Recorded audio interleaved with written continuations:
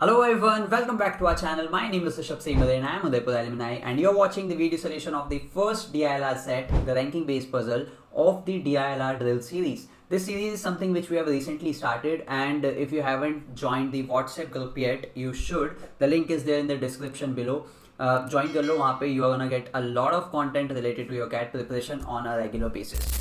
Yeah, quickly jumping onto the solution of the first DILR set which was posted. तो it was a ranking based puzzle. अभी तक अगर तुम लोगों ने नहीं सॉल्व किया है तो I request you to please go back to the question, है ना, go back to the set, solve it, spend some time on it, see कहाँ पे अटक रहे हो या फिर बन रहा है एक बार में. दोनों ही केसेस में अच्छी बात है. अटक रहे हो तो you know where you are getting stuck, तो तुम आओगे, वीडियो सोल्यूशन देखोगे and you will see the gap. ठीक है कि यार तुम्हारी सोच में मेरी सोच में क्या डिफरेंस आ रहा है. ठीक है, what's the approach that was suppose to be taken but what's the approach that you took instead. ठीक है, तो वो तुम्हें समझ में आएगा एंड बिना देखे आओगे तो यार सिंपल सा सुनोगे, अच्छा लगेगा, वापस चले जाओगे, लर्निंग वाइज जीरो रहेगा. तो I request you to please go, जाके पहले एक बार सॉल्व करो. अभी तक नहीं किया है तो वीडियो यहीं पे कहीं नहीं जाएगा. सोल्यूशन देखना है तो सॉल्व करने के बाद आओ एंड फिर देखो. ठीक है, quickly reading it out for you. तो यार गिवन क्या था, 5 cricketers A B C D and E are standing in a queue in that order. Very important point कि इसी ऑर्डर में खड़े हैं, ए के पीछे बी के पीछे सी के पीछे D and so on. These 5 cricketers are the top 5 rankers, not necessarily in that order, in each of the 3 ICC competitions A, B and C.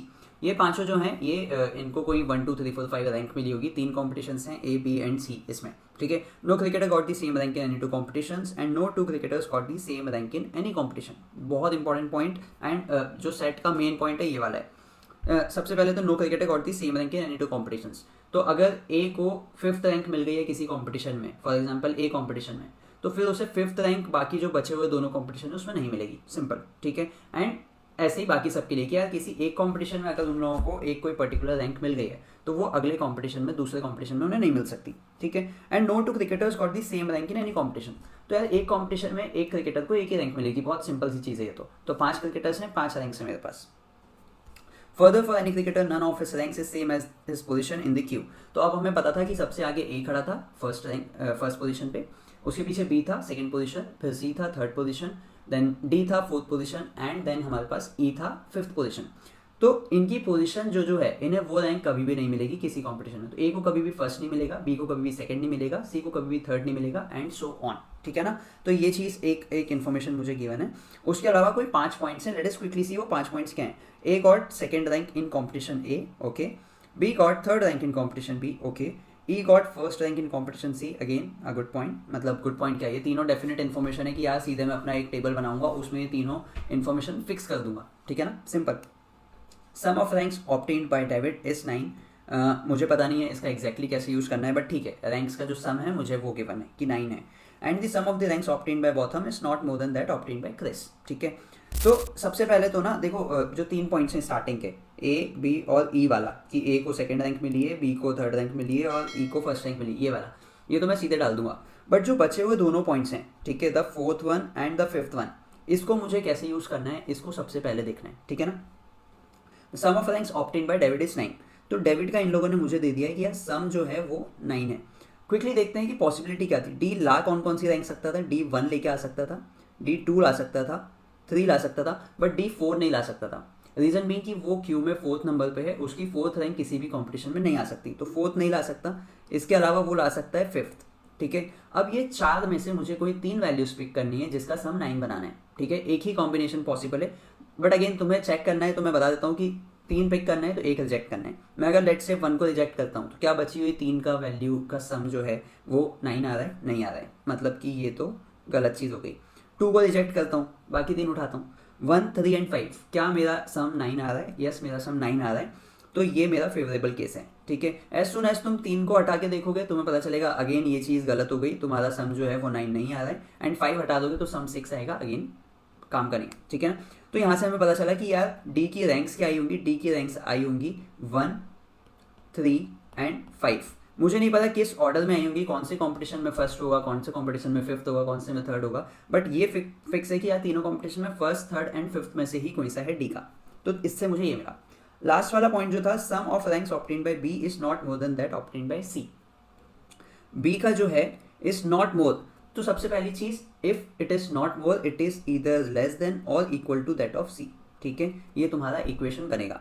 अब यार b is less than equal to C, तो मैं सबसे पहला दिमाग कहाँ लगाऊंगा कि यार c का मैक्सिमम वैल्यू क्या था, उससे तो कम ही होगा b का, तो c का मैं मैक्स वैल्यू निकालूंगा, ठीक है। c का मैक्स वैल्यू कैसे निकलेगा, c की पॉसिबिलिटी क्या है, c 1 ला सकता है, 2 ला सकता है, 3 नहीं ला सकता।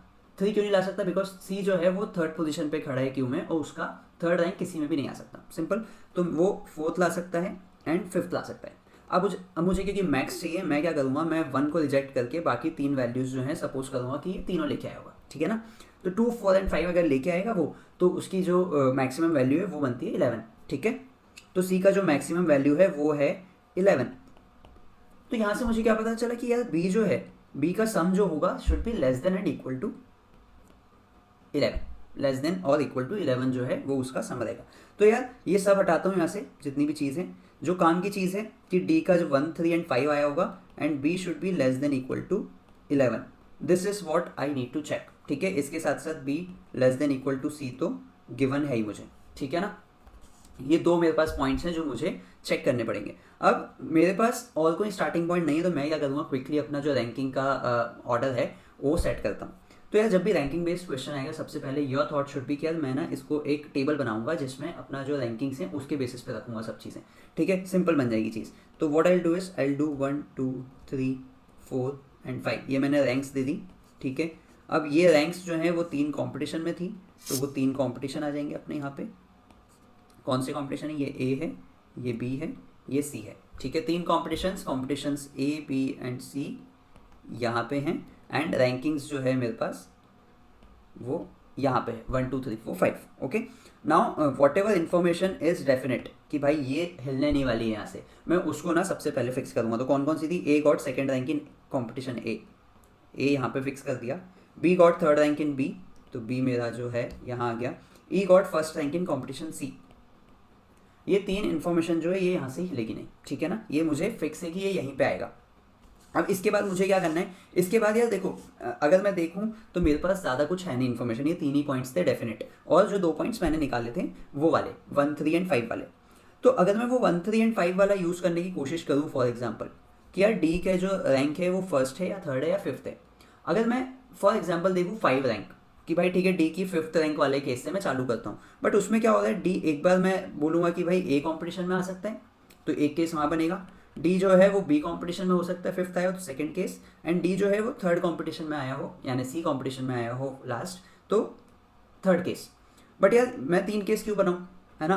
अब मैं देखूंगा कि फर्स्ट और थर्ड में क्या बन रहा है। तो फर्स्ट और थर्ड के केस में क्या होता है कि अगर मैं बोलूँ कि डी फर्स्ट आया होगा कंपटीशन ए में फॉर एग्जाम्पल, ठीक है, तो एक केस ये बन रहा है, या फिर मैं बोलूँगा कि फर्स्ट आया होगा कंपटीशन बी में, है ना, तो ये सेकंड केस बन रहा है। तो 2 ही केस हैं यहाँ पे, तो मुझे पता है कि यार यहाँ पे 2 ही केसेस हैं, मैं चाहूँ तो यहाँ से चालू कर सकता हूँ, या फिर मैं थर्ड के लिए चेक कर लूँ। तो थर्ड के लिए भी क्या होगा कि डी या तो फर्स्ट कंपटीशन यानी कि ए कंपटीशन में थर्ड आया होगा तो एक केस, या फिर वो लास्ट कंपटीशन यानी कि सी कंपटीशन में थर्ड आया होगा तो ये सेकंड केस। तो इन दोनों में ही 2 केसेस बन रहे हैं। तो इंस्टेड ऑफ पिकिंग अप 5 वाला, आई विल ईदर टेक 1 वाला एंड 3 वाला, 1 वाला और 3 वाला, एंड आई विल स्टार्ट, ठीक है ना। तो अब मैं केसेस बनाना चालू करता हूँ। तो केसेस क्या बनेंगे, केस नंबर 1 होगा मेरा, केस नंबर 1 होगा जिसमें D will be first in A, ठीक है, एंड केस नंबर 2 जो होगा मेरा वो होगा D being first in competition B, ठीक है। क्विकली फर्स्ट वाला केस उठाता हूँ एंड D को मैं फिक्स करता हूँ कहाँ पे, D को फिक्स करता हूँ फर्स्ट इन A, तो आई विल पुट D यहाँ पे। As soon as D is fixed in A first position, अब मुझे पता है वो कहीं पे थर्ड आया है, कहीं पे 5th आया है। सेकेंड वाले यानी B कंपटीशन में तो वो थर्ड पे नहीं आ सकता, तो यहाँ पे वो लास्ट आया होगा, ठीक है, एंड सी कंपटीशन में उसको थर्ड आना पड़ेगा। डी की इंफॉर्मेशन जो है मैंने यूज़ कर लिया, मैंने उसको फिक्स कर दिया। यार देखो इसके बाद ना मुझे क्या करना है, मुझे देखना है कि बी या सी में से कुछ मिल जाएगा। क्यों, बिकॉज कंडीशन उनके अराउंड भी था, है ना, कि B should be less than equal to 11 and B should be less than equal to C. अब क्योंकि डी का इन्फॉर्मेशन फिल हो गया, I will go back to मेरा सी वाला केस नाउ, ठीक है। जैसे ये किया सबसे पहले, ठीक है, तो मैंने ना जितनी इन्फॉर्मेशन है वो फिल कर दी है। Now I will check on B, तो मैं जा रहा हूँ बी को चेक करने। बी को अगर मैं चेक करूँ फॉर एग्जांपल ए वाले कंपटीशन में कि कहाँ कहाँ पे आ सकता है, तो देखो यहाँ तो बी आ चुका है, ठीक है, यहाँ जब बी आ चुका है तो मैं यहाँ पे बी को नहीं रख सकता, सिंपल, बिकॉज बी एक बार ऑलरेडी आ चुका है। या तो बी फोर्थ पोजीशन पे होगा या तो बी फिफ्थ पोजीशन पे होगा, ये दोनों ही पोजीशंस उसके लिए ओपन है, यहाँ पे कोई रिस्ट्रिक्शंस नहीं है, ठीक है। तो इधर बी यहाँ पे होगा फोर्थ पे और बी यहाँ पे होगा फिफ्थ पे, ठीक है। मैं अभी के लिए सिर्फ लिख के रख रहा हूँ। सेकंड यानी कि बी कंपटीशन में बी की जगह फिक्स है। सी कंपटीशन में बी कहाँ पे आ सकता है? क्या बी यहाँ पे आ सकता है? बी यहाँ पे नहीं आ सकता है। रीज़न बीइंग कि वो सेकंड पोजीशन पे है, एंड वो सेकंड पोजीशन पे है अगर, तो वो किसी भी कंपटीशन में सेकंड नहीं आएगा। तो मैंने बोला कि यार बी यहाँ पे नहीं आए, तो बी कहाँ पे आएगा? या तो बी मेरा फोर्थ पे आएगा या तो मेरा बी फिफ्थ पे आएगा, सिंपल, दो ही पॉसिबिलिटीज़ हैं। अब देखो कंपटीशन ए में भी वो या तो फोर्थ पे है या फिफ्थ पे है, कंपटीशन सी में भी वो या तो फोर्थ पे है या फिफ्थ पे है। बट क्या ये कभी भी पॉसिबल हो सकता है? नहीं हो सकता। सिंपल सा रीज़न है कि यार देखो, जब मैं सम ऑफ रैंक्स ऑफ बी करूँगा, है ना, तो सम ऑफ रैंक्स ऑफ बी जो आएगा वो कितना आएगा? इन दोनों का, ये जो मेरा ये दो केसेस हैं, है ना, एक तो ये जो मैं हाईलाइट कर रहा हूँ एंड ये, इनका सम कितना आएगा? जो फिक्स है वो 3 वैल्यू है, ठीक है ना, जो फिक्स है वो वैल्यू मेरी 3 है, कहाँ पे? ये वाली।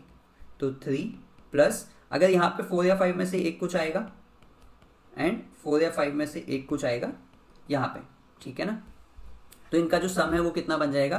4 + 5 9 + 3 12, ठीक है। बट क्या बी कभी भी 12 हो सकता है? नहीं हो सकता है। रीज़न बीइंग कि मैंने ऊपर निकाला है B should be less than equal to 11, ठीक है। क्यों ऐसा है वो मैं एक्सप्लेन कर चुका हूँ, बिकॉज सी की मैक्सिमम वैल्यू 11 है एंड उससे तो कम ही होगा बी। तो यार यहाँ से पता है क्या इन्फॉर्मेशन निकल के आई कि ये जो मैंने केस बनाया ये केस वैलिड ही नहीं है। तो जो इसका स्टार्टिंग पॉइंट था, मतलब कि डी का ए पे होना, वो पॉसिबल ही नहीं है, ठीक है। तो डी कभी भी ए कंपटीशन में फर्स्ट पे नहीं हो सकता, ठीक है। डी कभी भी फर्स्ट यानी कि ए कंपटीशन में फर्स्ट पे नहीं हो सकता। तो I will remove all the information जो मैंने बाद में डाली है, ठीक है, ये ब्लैक वाली, क्योंकि जो फिक्स है मैं सिर्फ वो रखूँगा रेड वाली, ठीक है। इससे मुझे क्लैरिटी मिल गई कि D is definitely first in competition B, first in competition B, and this is something which I can fix. So for you I am putting it down in red. So D is fixed. As soon as I fix D in the first position in competition B, मुझे पता चलता है कि यार इसको अब मुझे third और फिफ्थ पोजीशन भी तो देना है ना, क्योंकि फर्स्ट तो हो गया। अब थर्ड एंड फिफ्थ के लिए अगेन तुम देखोगे दो केसेस बन रहे हैं, या तो वो थर्ड जो है, या तो वो जो थर्ड है वो यहाँ पे हो सकता है कंपटीशन ए में, या फिर पॉसिबिलिटी है कि वो थर्ड कहाँ पे हो? कंपटीशन नंबर सी में। तो अगेन तुम्हारे पास दो केसेस बने, बट क्लैरिटी रखेंगे ना अपन, ठीक है। अब अपन आगे बढ़ेंगे तो हम लोग ध्यान में रखेंगे कि यार वो कहाँ पे हो सकता है, हम केसेस बना के एंड अगेन चेक करेंगे वो इन्फॉर्मेशन, ठीक है। तो मैं बोल रहा हूँ दो केसेस बनेंगे। कौन से केसेस हैं वो मैं यहाँ पे फटाक से लिख देता हूँ।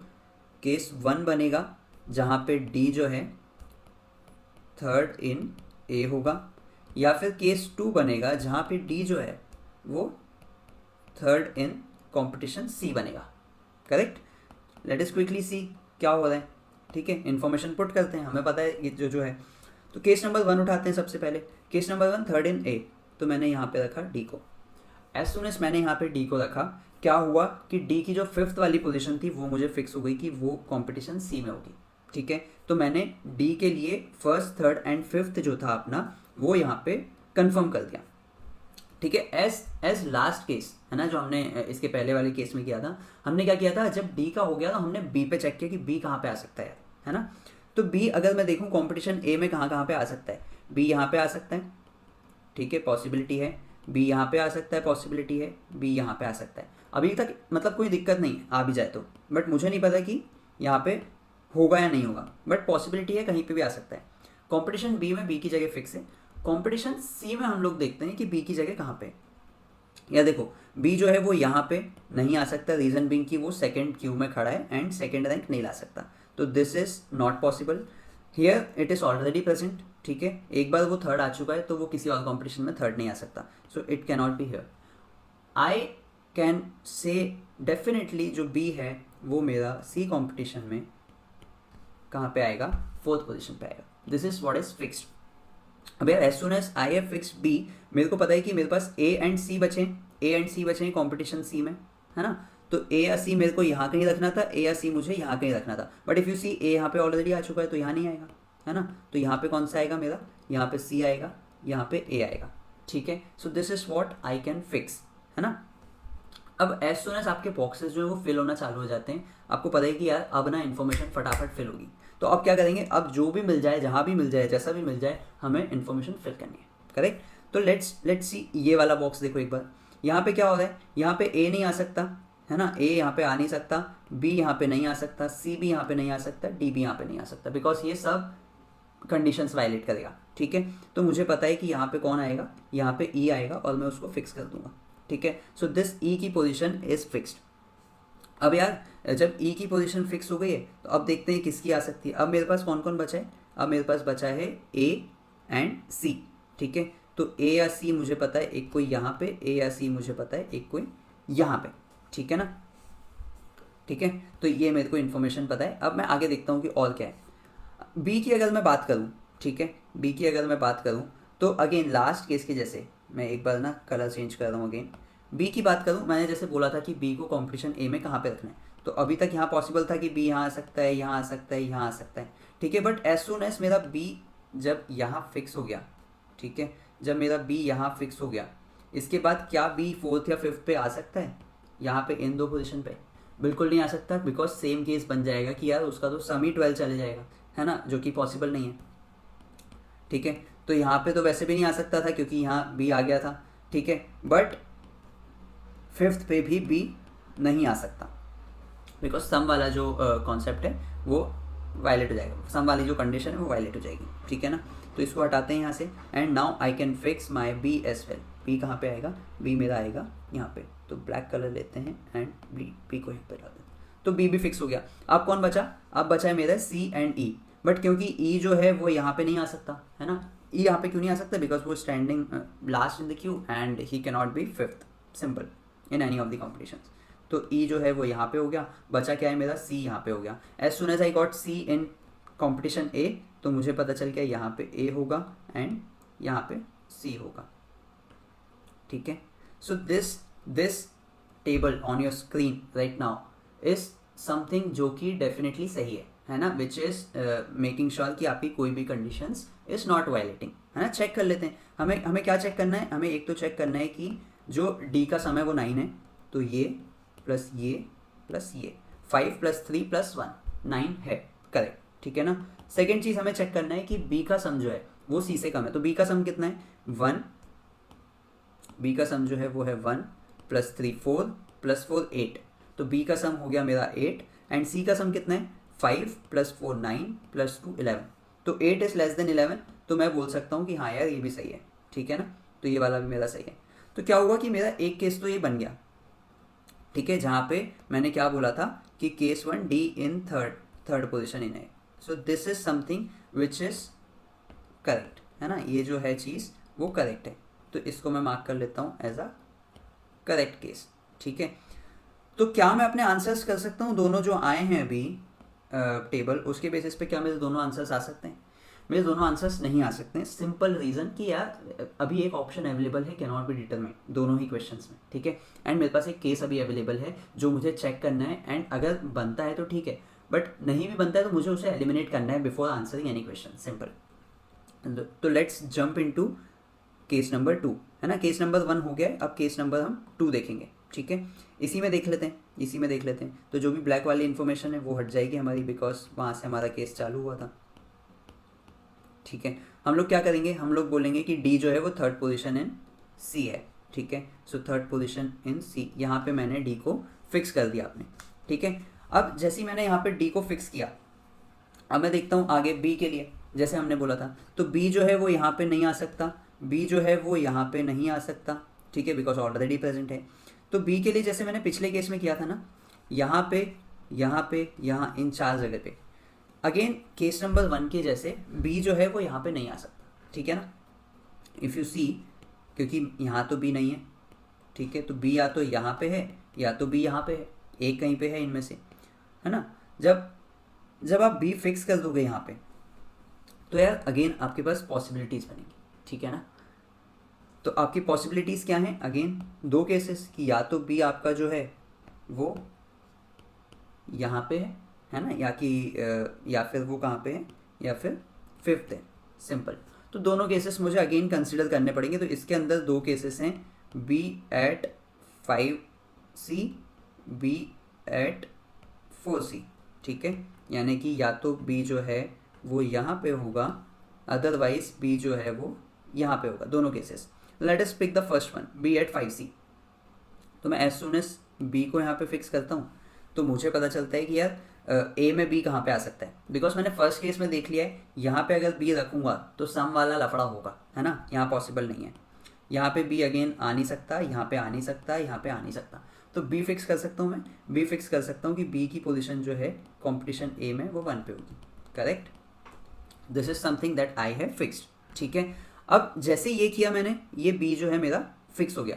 इसके बाद मैं क्या करूँगा, जैसे जैसे मुझे इन्फॉर्मेशन मिलती जाएगी वैसे वैसे पुट कर दूंगा। तो अगर आप देखोगे a, ठीक है ना, अब मैं a पे क्यों आ रहा हूँ, क्योंकि मेरा b भी फिक्स हो गया, मेरी d वाली कंडीशंस भी हो गई हैं, है ना। एक चीज़ मैंने छोड़ दी थी d, क्योंकि मैंने d जो है वो 3c पे फिक्स किया था, तो एक में 5th पोजीशन भी मुझे देनी है, वो मैं यहाँ पे डाल देता हूँ, ठीक है ना। तो ये भी है। अब देखो a, b एंड d हो चुका है, यहाँ पे c आ नहीं सकता बिकॉज 3rd पोजीशन है। तो c कहाँ पे आएगा, c मेरा आएगा यहाँ पे 4th पोजीशन पे, ठीक है। एंड e जो है वो फिक्स हो जाएगा at 5th position. This is fixed. अब अगर मैं देखूंगा कंपटीशन c, तो a जो है वो ऑलरेडी यहाँ पे आ चुका है, तो a यहाँ पे नहीं आ सकता, है ना। a के लिए मेरे पास कौन सी जगह है, a मेरे पास ये जगह है, ठीक है। एंड बचा हुआ जो कौन सा है, a b c बचा हुआ था, c मैंने यहाँ पे डाल दिया, ठीक है। नाउ कंपटीशन b में देखते हैं, a नहीं आ सकता, b नहीं आ सकता, c नहीं आ सकता, d नहीं आ सकता, अगेन क्योंकि कंडीशंस वैलिड होंगी। तो यहाँ पे मुझे पता है कौन आएगा, यहाँ पे मुझे पता है e ही आएगा, ठीक है। तो मैं e को रखूँगा, तो मैंने e को यहाँ पे रख दिया, ठीक है। एज सुन एज e को यहाँ पे रखा, कौन बचा, a एंड c। अब a या c में से मुझे एक को यहाँ रखना पड़ेगा, a या c में से मुझे एक को यहाँ रखना पड़ेगा। तो क्या यह पॉसिबल है, कभी भी ये कभी भी पॉसिबल नहीं है, बिकॉज a एंड c में से अगर एक भी कोई यहाँ पे आया तो ये कंडीशन वायलेट हो जाएगी, ठीक है ना। So this is not something which we can do. तो यार ये केस जो है वो एलिमिनेट हो गया, है ना। तो ये वाला जो केस है फर्स्ट वाला कि 5c पे रहेगा b, दिस इज एलिमिनेटेड। तो जो भी ब्लू में है एक बार के लिए मैं हटा रहा हूँ, ठीक है। नाउ b एट 4c, तो b मेरा यहाँ पे, d तो ऑलरेडी यहाँ पे था, ठीक है ना। Now since b is at 4c हमने पुट किया, अगेन कंडीशंस क्या बोलती हैं, b कहाँ पे आ सकता है, b यहाँ पे नहीं आ सकता, यहाँ पे नहीं आ सकता। तो कंपटीशन a में मुझे पता है b कहाँ पे आएगा, b की पोजीशन जो है वो फिक्स हो जाएगी, ठीक है ना। b फिक्स कर दिया मैंने। अब मैं देखता हूँ a b और d हो चुका है, c यहाँ पे आ नहीं सकता बिकॉज 3rd पोजीशन है, तो c फिक्स कर दूंगा। तो a b c d fix हो गया, e भी फिक्स हो गया। अब अगर तुम देखोगे a की पोजीशन इन कंपटीशन c, है ना, बिकॉज यहाँ पे आ नहीं सकता, तो a की पोजीशन फिक्स हो जाएगी, ठीक है। एंड सिमिलरली c बचता है, तो मैंने यहाँ पे पुट किया उसको, तो a b c d e यहाँ पे फिल हो गए। अगेन यहाँ पे देखोगे a नहीं आ सकता, b नहीं आ सकता, c नहीं आ सकता, d नहीं आ सकता। तो आप बोलोगे कि यार यहाँ पे कौन आएगा, यहाँ पे आएगा e, सिंपल। बचा कौन, a या c। तो a या c मुझे एक कोई मैं यहाँ रख सकता था और a या c में से एक को यहाँ रख सकता था, बट यहाँ देखोगे यहाँ पे a नहीं आ सकता, तो मैं यहाँ पे रखूँगा c को, एंड जो बची हुई पोजीशन है वो मैं दे दूंगा a को। क्विकली चेक करते हैं कि भाई हमारा जो कंडीशंस थी वो वायलेट तो नहीं हो रही कोई सी। हमें चेक करना है d का सम 9, तो 1 + 3 4 + 5 9, सेटिस्फाइड। मुझे देखना है कि यार b का सम जो है should be less than equal to c। b का सम कितना है, 1 + 3 4 + 4 8, ठीक है 8। एंड c का सम कितना है, 2 + 5 7 + 4 11, 11 से कम है, तो ये भी सेटिस्फाइड है। मेरी सारी कंडीशन सेटिस्फाइड हैं, इसका मतलब कि ये केस भी बन रहा है। तो मेरे 2 केसेस बने, 2 केसेस के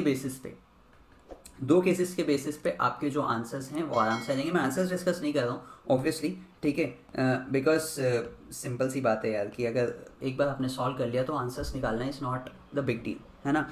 एंड इस क्वेश्चन में मेरे को समझना ये था क्योंकि can not be determine given था, मेरे को सारे कंडीशंस जो थे वो कवर करने थे, है ना। दैट वाज द रीज़न कि हमने सारे केसेस बनाए। अदरवाइज मैं क्या करता, मेरे को जैसे ही डेफिनेट आंसर आ जाता, अगर ये नहीं होता तो मेरा क्वेश्चन जो है वो थोड़ा सा ईजी बन जाता, बट इसकी वजह से सारे केसेस कंसिडर किए। बट नाउ यू नो कि यार केसेस कैसे कैसे फ्लो करते हैं, ठीक है। आप केस उठाओ, आप एलिमिनेट करो, आगे बढ़ो, केस उठाओ, अगर सही से बन गया है कंडीशंस वेरीफाई करो, आगे बढ़ो, ठीक है। तो हमने इस तरीके से सारे केसेस उठाए, सॉल्व किया, एंड आंसर्स जो हैं वो निकाल लेना यार, ठीक है। एक बार भेज देना ग्रुप पे, बाकी लोग भी वेरीफाई कर देंगे। that's not the challenging part. Now what next? तो यार सिमिलरली आपको अगले जितने भी सेट्स आएंगे सब में कुछ ना कुछ सीखने को मिलेगा. इसमें आपको अप्रोच सीखने को मिला होगा, इसमें आपको केस फॉर्मेशन सीखने को मिला होगा. ठीक है, इसमें आपको पता चलना चाहिए कि यार क्वेश्चन देख के कैसे मैं डिसाइड करता हूँ कि मुझे आगे बढ़ना है कि नहीं बढ़ना है केसेस में, एंड थिंग्स लाइक दैट. ठीक है, तो सिमिलरली आगे भी जितने भी आपको सेट्स मिलेंगे वो नए तरीके के मिलेंगे, एंड बहुत सारी चीज़ें हैं सीखने को, बहुत सारे स्कोप है लर्निंग का. But for that you will have to ensure that you are practising on a regular basis. ठीक है, आप रेगुलर बेसिस पे प्रैक्टिस करो, अपने फ्रेंड्स को बोलो कि रेगुलर बेसिस पे प्रैक्टिस करें, उनके साथ ये लिंक शेयर करो व्हाट्सएप ग्रुप का, यूट्यूब चैनल का, एंड थिंग्स लाइक दैट. तो बस that's pretty much it from this particular video. And इसके बाद नेक्स्ट सेट का video solution will be out very soon. अभी भी वापस रिपीटिंग यार, व्हाट्सएप ग्रुप अगर नहीं ज्वाइन किया है please join it, the link is there in the description below. अपने फ्रेंड्स को फॉरवर्ड करो जो भी कैट 2025 के लिए प्रिपेयर कर रहे हैं, सो दैट आपका भी थोड़ा सा कंपटीशन बढ़े एंड आपको भी थोड़ा चैलेंजिंग फील हो. Right, that's pretty much it from my side guys. Thank you so much for watching this video. I know थोड़ा सा लेंदी हो गया है, बट can't help यार, थोड़ा सा सोल्यूशन वाले पार्ट में हो जाता है. See you guys in the next video. All the very best, and as I always say, keep hustling and you will eventually make it to your dream B school. Bye bye, all the best.